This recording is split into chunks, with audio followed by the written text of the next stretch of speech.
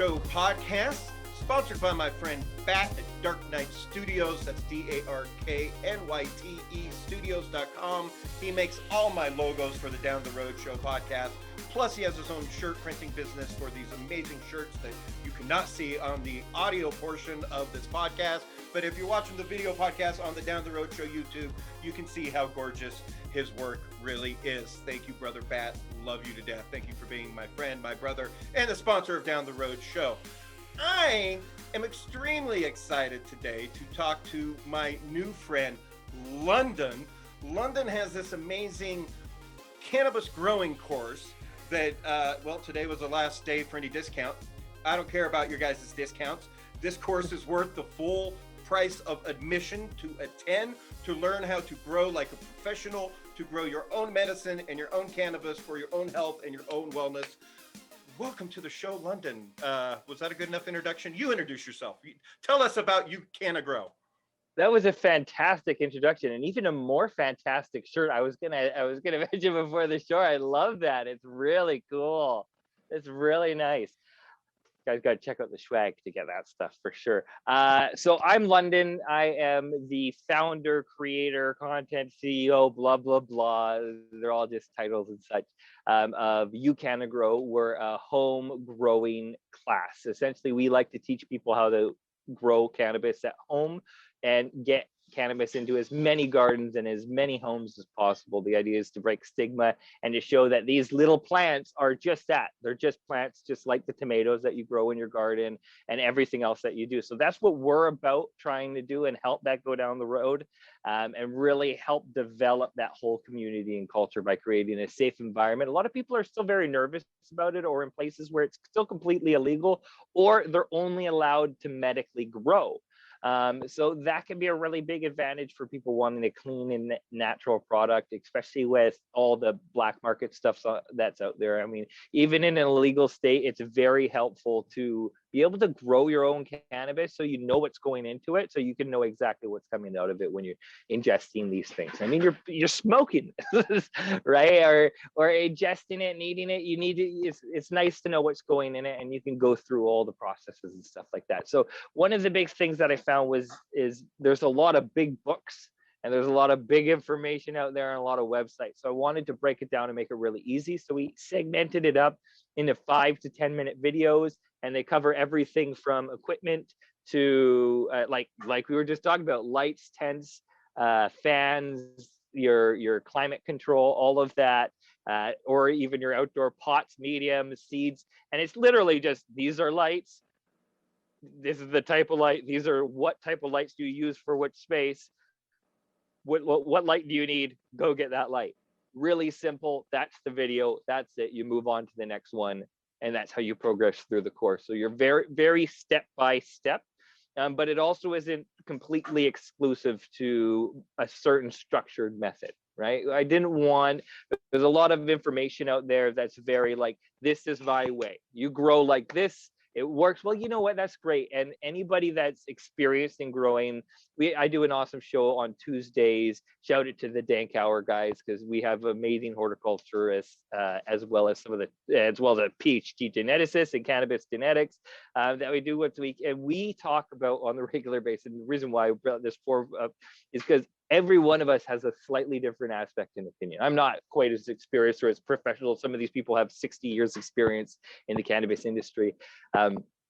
So I'm not definitely at their level, but they too notice that every single aspect of the industry is different in your different environment. You have to really make it work for you. So that's why I wanted to lay it out as a guide to help you make your decisions the way you need to make them. And then, it's just kind of been a whirlwind, a crazy set of circumstances. I mean, I could tell you about how let's get into I ended up here if you'd like. I would. Let's get into that in a second. But here, what I love about your grow course here is it is for beginners, novices like me.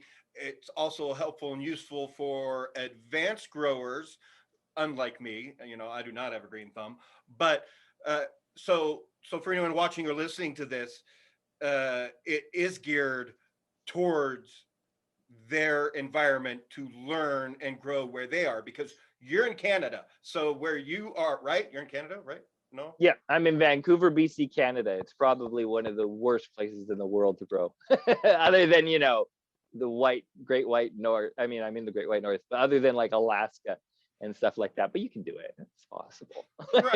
Right. So you're not here giving legal advice on what state and blah, blah, blah, blah. If it's legal, No. that's up for them to figure out. But you're giving a good tutorial and jumping off point for especially people like me who don't know what they're doing to be able to grow at home. Yes, exactly. And I mean, you can grow CBD hemp in a lot of places as well. That's completely legal too. And it's the same method. You can use the exact same structure of growth for peppers, for tomatoes, for any vegetable, really. I really believe that cannabis and growing at home is a really great entrance into gardening. It's really about getting into that garden and getting back into nature and getting your feet in the dirt.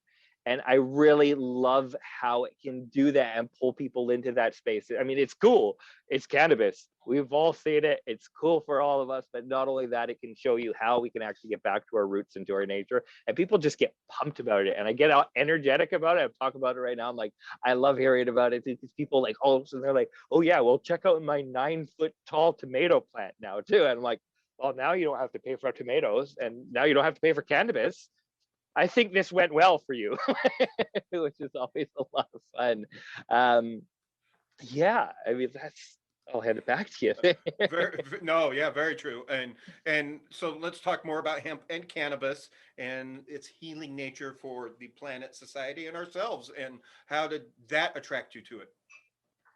Well, I mean, I was at age 7, I was diagnosed with ADHD.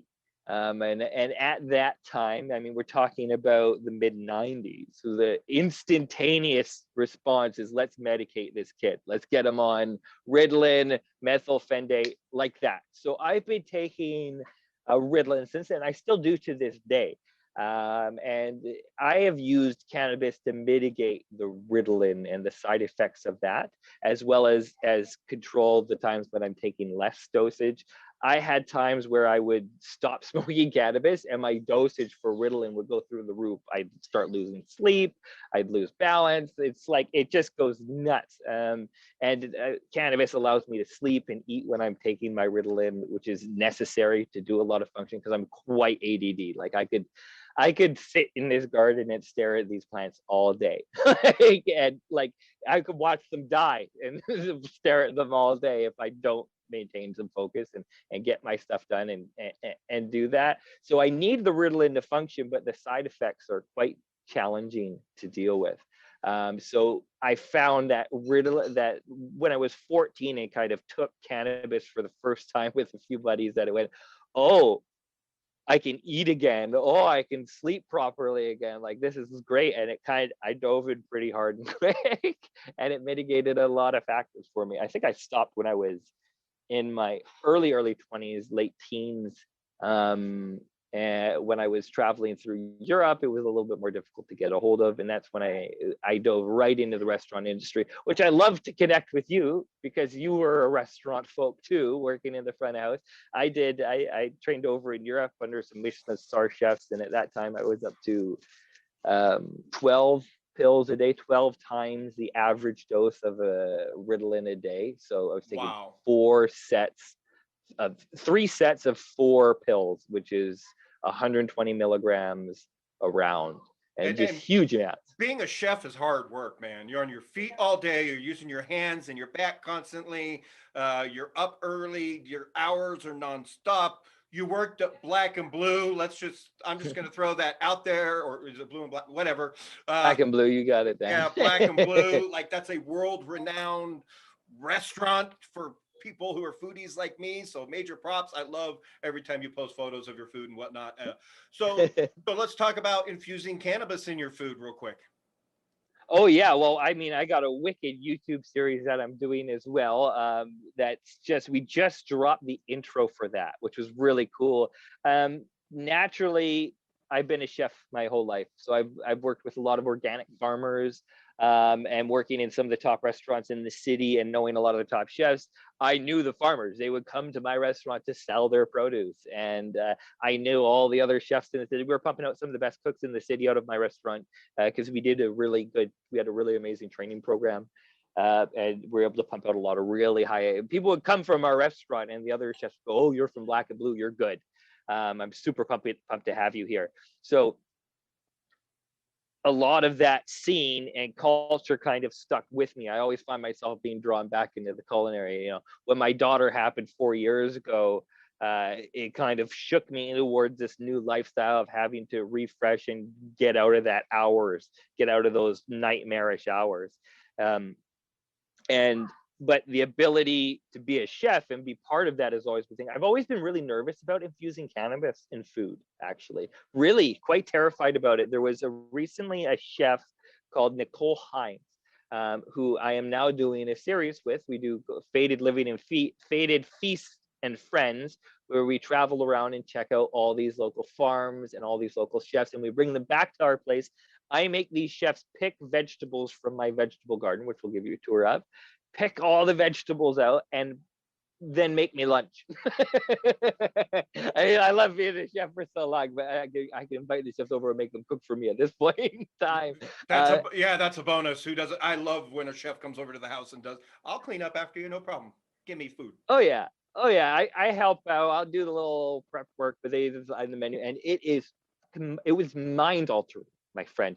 It was like all of a sudden, cannabis isn't just infusion, it's food, it's a herb, it's for cooking, it's for doing these amazing, beautiful things. It has flavor potential and profile that can be changed and grown and manipulated. Like I have several different strains, and the aromas and flavor profiles that come off of them are completely different.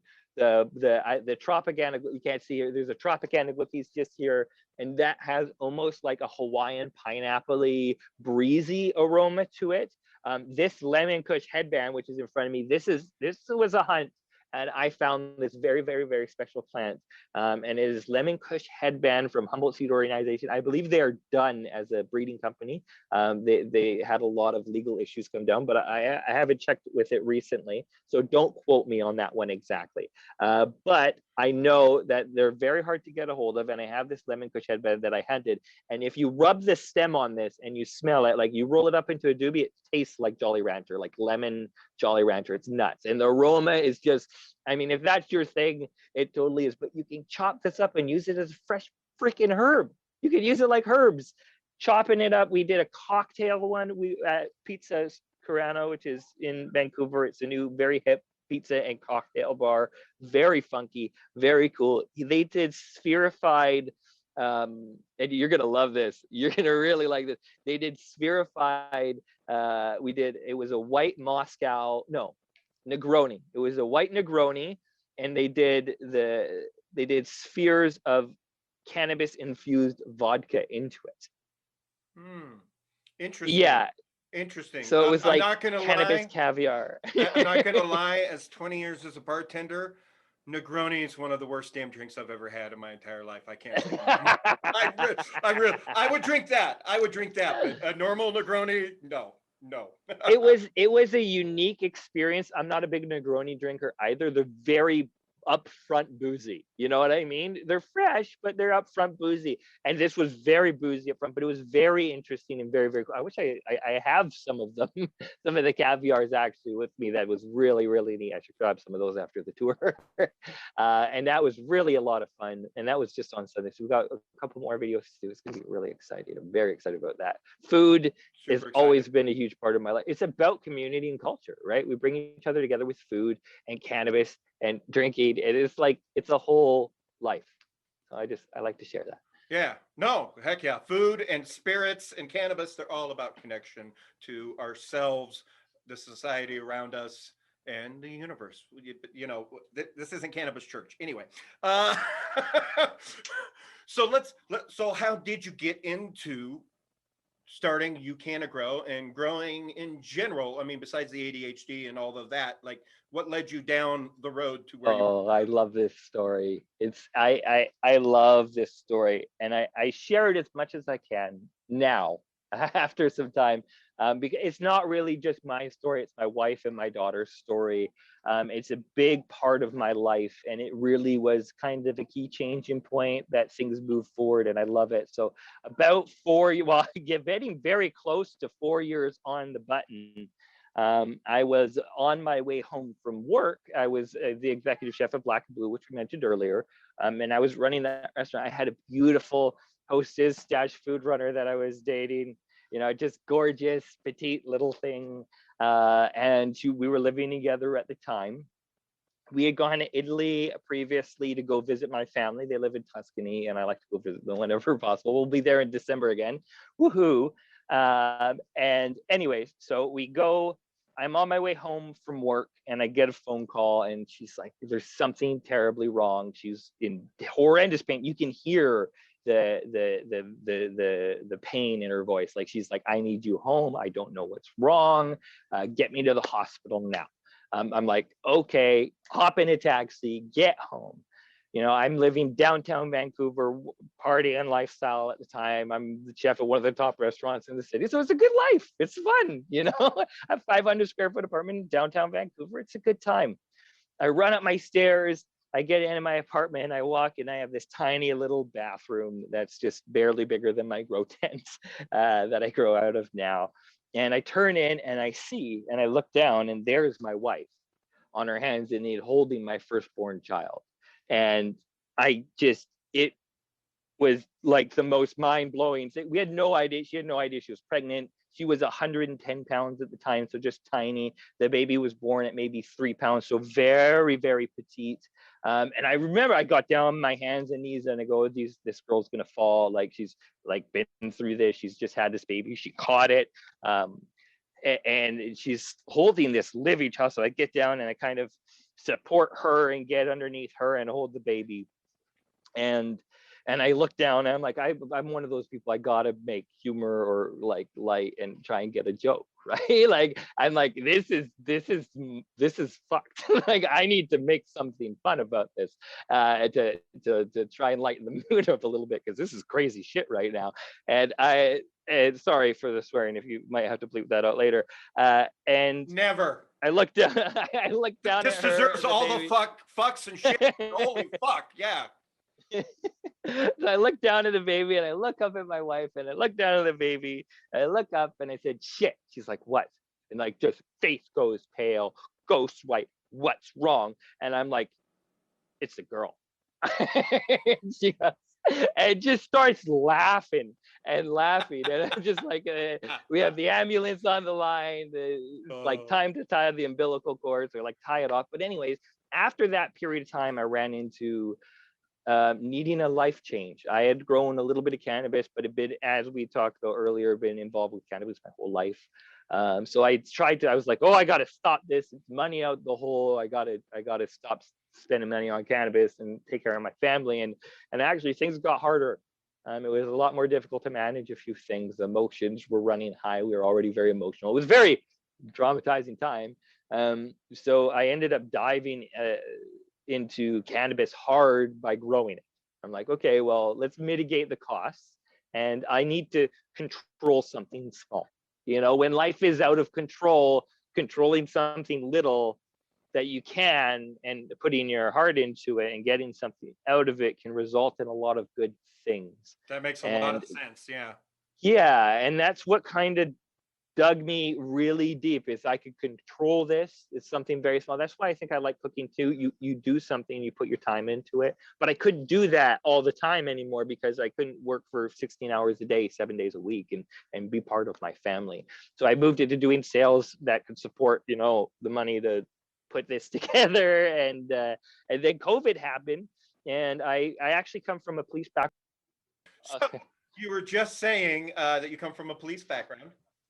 Yeah, so my parents were both police officers. My dad was actually the leading. I should be too loud about this. He was a hate crime officer.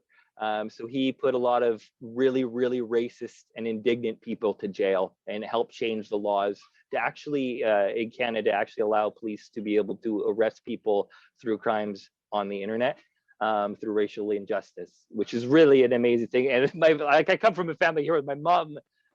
She was a police officer, and she runs a company that's child safety organization and teaches people all around the world, kids all around the world, how to prevent themselves from being in a situation where they could be abducted or that type of thing.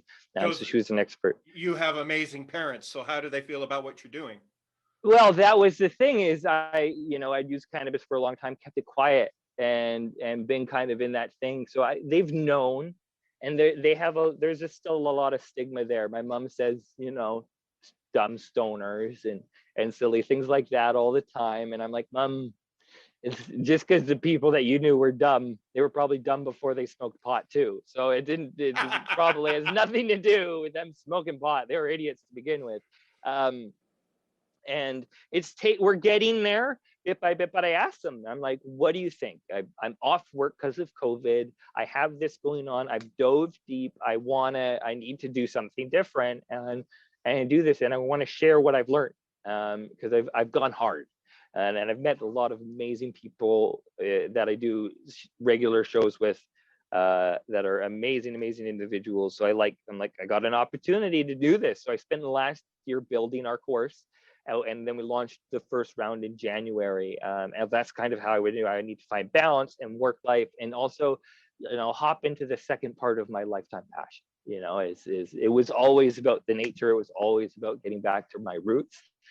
So it's fun to be part of all of that now, and that's kind of how it led me to where I am now. It's all kind of accumulated to this point. And I said to my parents, they're like, well, it's legal and we're retired, so go ahead. And they gave me a little bit of investment money to get started so that I could upgrade the system so that I could actually take fitters and stuff like that. And here we are.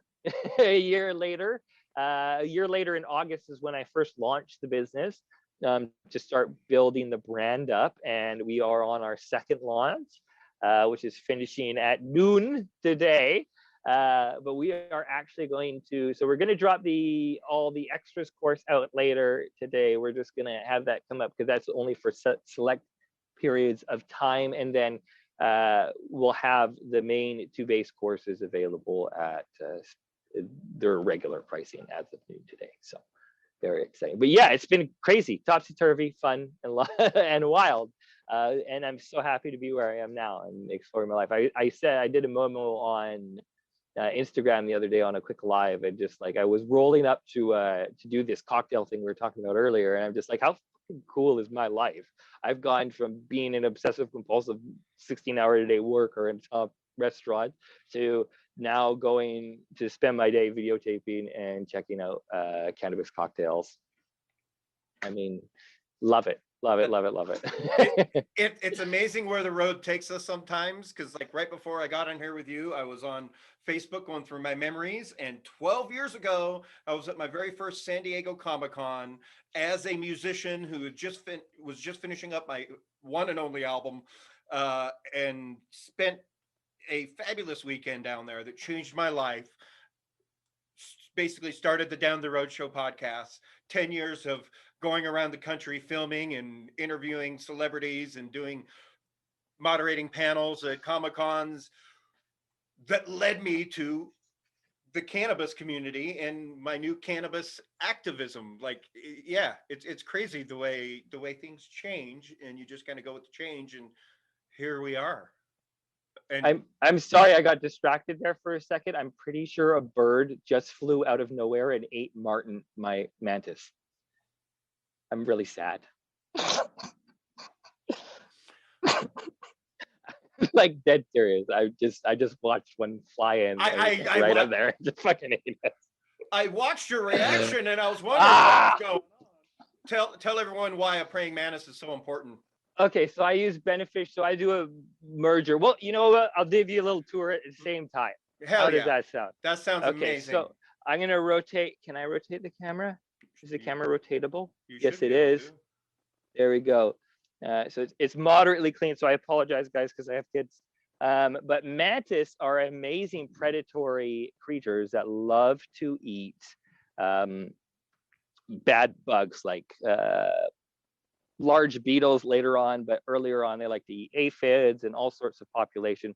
So I use them as beneficial pest controls, along with like as well as beneficial pests. Like these are spider mites and thrip protection. So they're predatory mites and stuff. The idea is to be organic and clean and as fresh as possible. So I use things like praying mantises as defensive measures to battle off kind of the larger bugs and stuff like that, which is great because you get a couple hundred of them per pod. But I've been like taking care of this one that's kind of outlived most of the others, and he was literally like right here and just swooped in, and just a bird ate him while you were interviewing me, which sucks. So we do a lot of the veg. Is that a sunflower plant? Yeah, it's huge. So I'll show you something nuts about this too, which is really cool. So see the pot size? It's a 1 gallon pot. It's just tiny. And that grew out of that little tiny soil pot. Yeah, and it's this whole big thing here now, which is really cool. It's got some bigger sprouts that are starting up, but it's done pretty good. That's cool. There's a couple I didn't know those could get that big off that little amount of soil. That's crazy. So for everyone listening to the audio podcast, this is why you should be on my YouTube channel at Down the Road Show. So you can see what I'm seeing. So we do regenerative too. So I'll focus on kind of what's going on. So there are peppers and kind of our phenos that we're checking back over there. You can see a little bit of cannabis mixed throughout and some rhubarb, but we do regenerative on a lot of this. So there's hay down on everything for those people out in the audioverse, and we allow that to red. And where you really see the regenerative come kind of on bed here. So when we take stuff out, unlike what you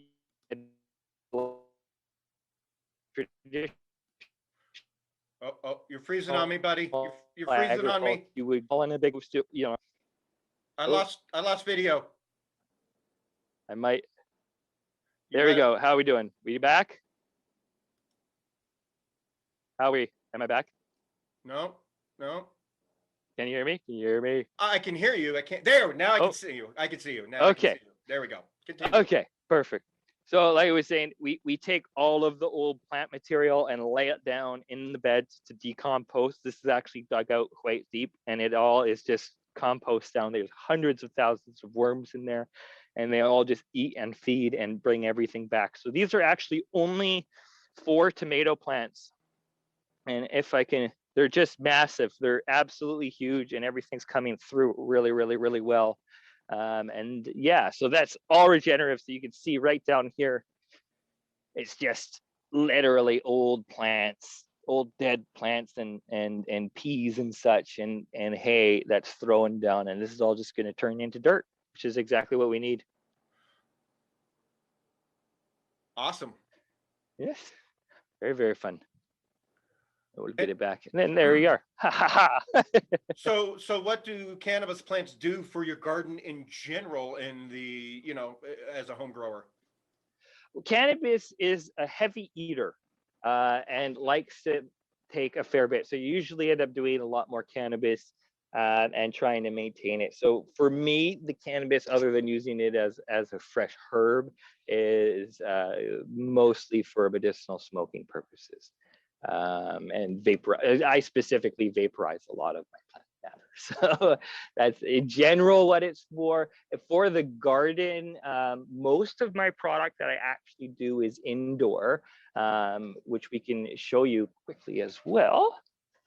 And that's kind of the main focus. Because I'm in Vancouver, BC, there's often a lot of mold issues. So we like to avoid mold by having an indoor grow space. I put about 8 plants in and have about 8 plants come out every 3 weeks, and that totals to around about. You rotate them outside and inside? Yeah, so they start in our vegetative space. So I'll show you kind of the vegetative space. So they'll get cut from mothers that you saw kind of earlier. Then they'll go into these small pots for about 3 weeks. And then they go into these large pots for about 3 weeks. And then they get stripped of most of their leaves. and then they get thrown into our main tent at the far end there. You can see the first ones that have come in. Yeah. And then about 3 weeks later, they get stripped again, and you can see these here. They're starting to form nice flowers, and they're about the 3-week mark. And this is about getting close to the 7-week mark. And these are going to be done in the next 3 to 4 weeks. Wow. And this is that lemon kush headband that we spoke about. And we're actually doing regenerative hydroponic mix. So this is no-till organic mixed with hydroponic methodologies. So it's kind of fun. We talk about a little bit on the course, but we mostly focus on like doing no-till and hydroponics as a base start before we start getting into the adventuresome stuff, which is always very, very neat. You can see it's very, very bright in there, as you can see, but they're nice looking flowers for sure. Very, very happy.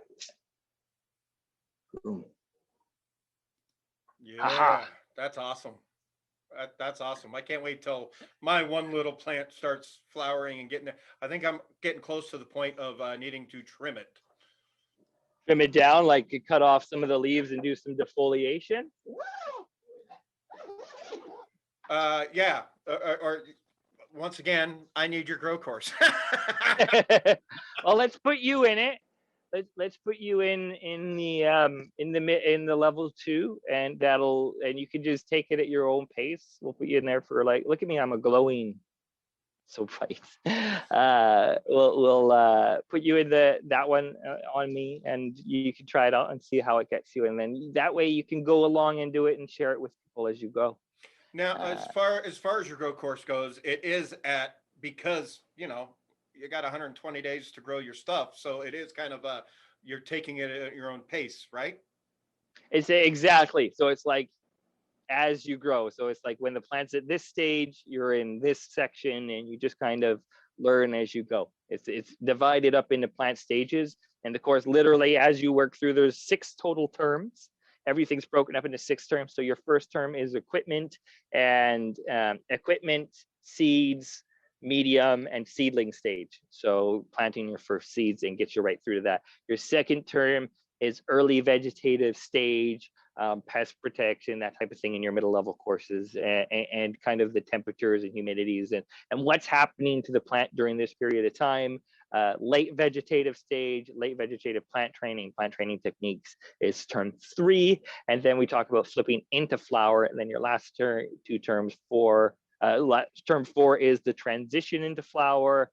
5 is the flowering and the later end of flower. And then 6 is harvesting, drying, and curing, and processing your cannabis. So it literally it's built from start to finish as you would go through the entire grow. So you can literally each week, it's broken down into like 10 lessons ish per term.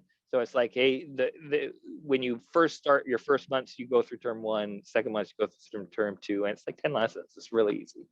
So it's super, super simple. Wow. Okay, cool. Because I need all of that.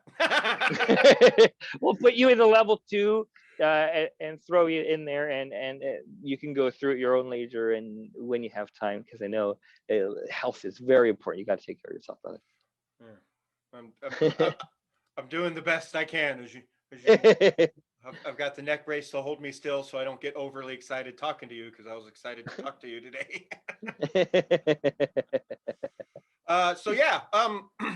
Well, let's tell the people out there listening where they can find your Twitter and Instagram and the website and all of that, because it's going to be easily clickable on the YouTube and the podcast. But for those listening that want to go do a little quick Google search and find you, where can they find you? Well, I'll put this out there. Make sure to, if you can, click, because that's just all that much better, because it goes towards, we're an affiliate partner, so you guys get 50% of everything. So click that button if you want to support down the road as well, because it's a team effort. Am I cool with that? Am I cool to say that? We're good with that. And then check out cannagrow.thinkific.com. Really, really simple to check that out, but click that button down below. It's a lot better that way. You can also catch us at london.ucannagrow on Instagram. We have a Facebook page, ucannagrow, and you can also find us at Grow Weed Easy uCannagrow group on Facebook as well.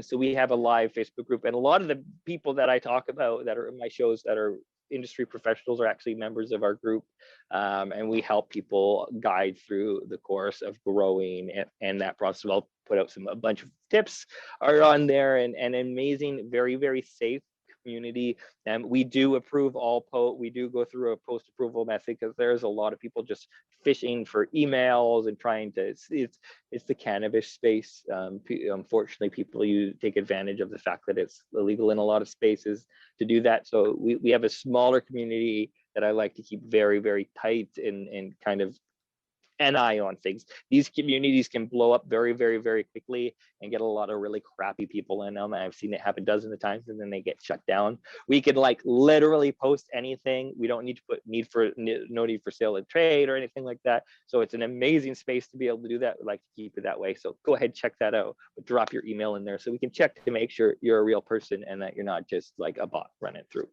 Wonderful. Exactly. And where can everybody find your new cooking show? Because that's cool. I love that.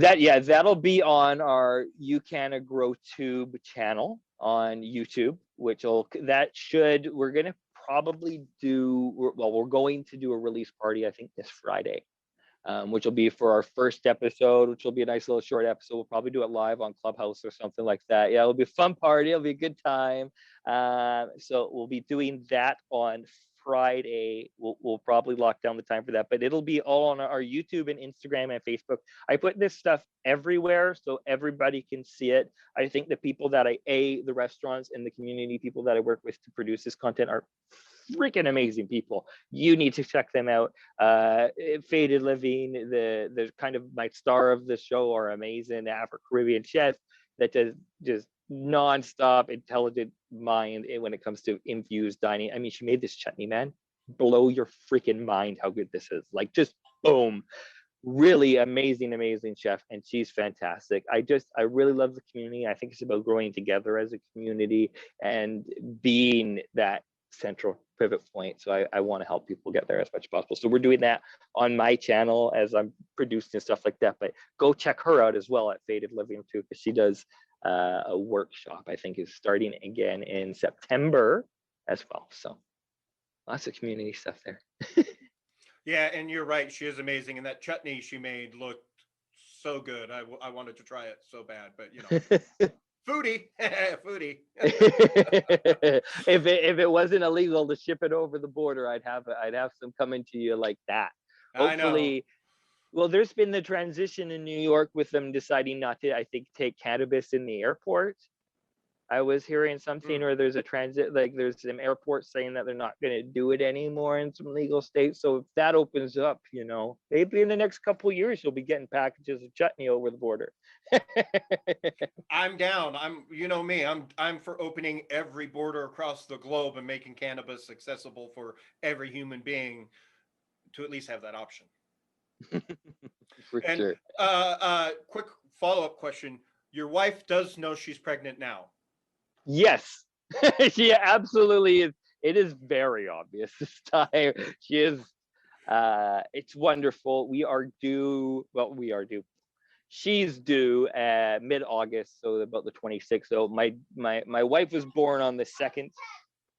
And my wife said it's going to be the 10th. My wife was born on August 2nd. She thinks Mazikeen, our second born, will be born on the 10th. Our firstborn daughter was born on the 20th. I was born on the 30th. My aunt, my mother, and my grandmother, and my little sister were all born in August as well. So it's like freaking second Christmas. That's an expensive month for your family with gifts. But at least you get to knock all the birthdays out in 1 month, I guess. That's cool. At least when they're older, I can give them pot. But right now I got to buy toys. Yeah, there you go. Here's some of this, and I'm going to teach you how to grow it yourself so you're not smoking. Well, yeah, man. And so, before we end this, I do like to get into mental health a little bit. And your story about mental health is very touching and familiar.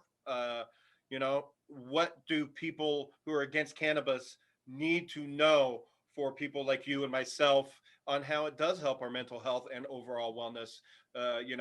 Help end those myths, help and debunk the lies and propaganda bullshit. What do people really need to know?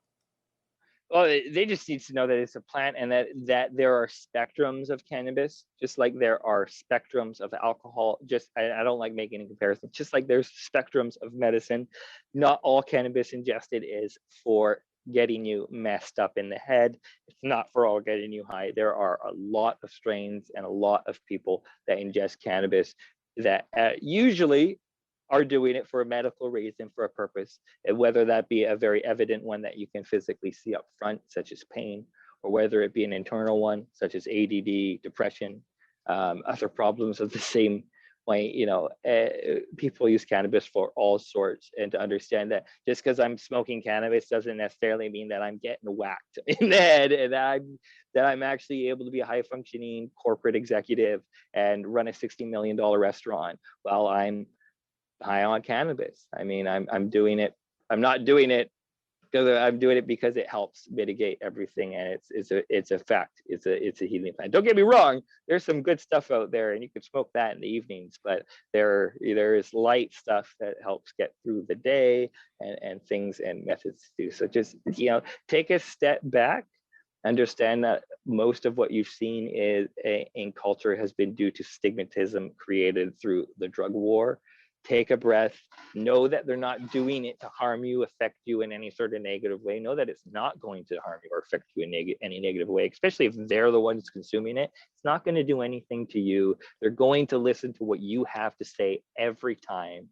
Every time. I've never not watched a cannabis advocate get berated by a cannabis, unadvocate, I guess it would be the word. I've never seen one not take the bait and then respond intelligently back. So that being said, to our community as well, take that extra breath, listen to what people have to say. 99% of time when people are against cannabis, it's because a drug or something in their life has hurt them and put them in the position to do that. So it's not necessarily their fault. So listen to the pain, because there's pain on all sides, and respond accordingly, and hear each other out. We can't always see every other person's perspective, but we can at least try, and know that it's different than ours. So that's what I think. But I think that's more of like a culture thing that we all need to work on together. Cannabis just is a great example. Absolutely agree. And it's not a gateway to drugs, it's a gateway to wellness. Oh, it's a gateway out of drugs for a lot of people. I mean, the opiate addiction that is helping is quite the opposite. It's if cannabis is a drug and is mind alteringly bending, then so is coffee. And we shouldn't be able to drive when we're taking too much caffeine. That says it on the bottle. They don't stop me from doing it.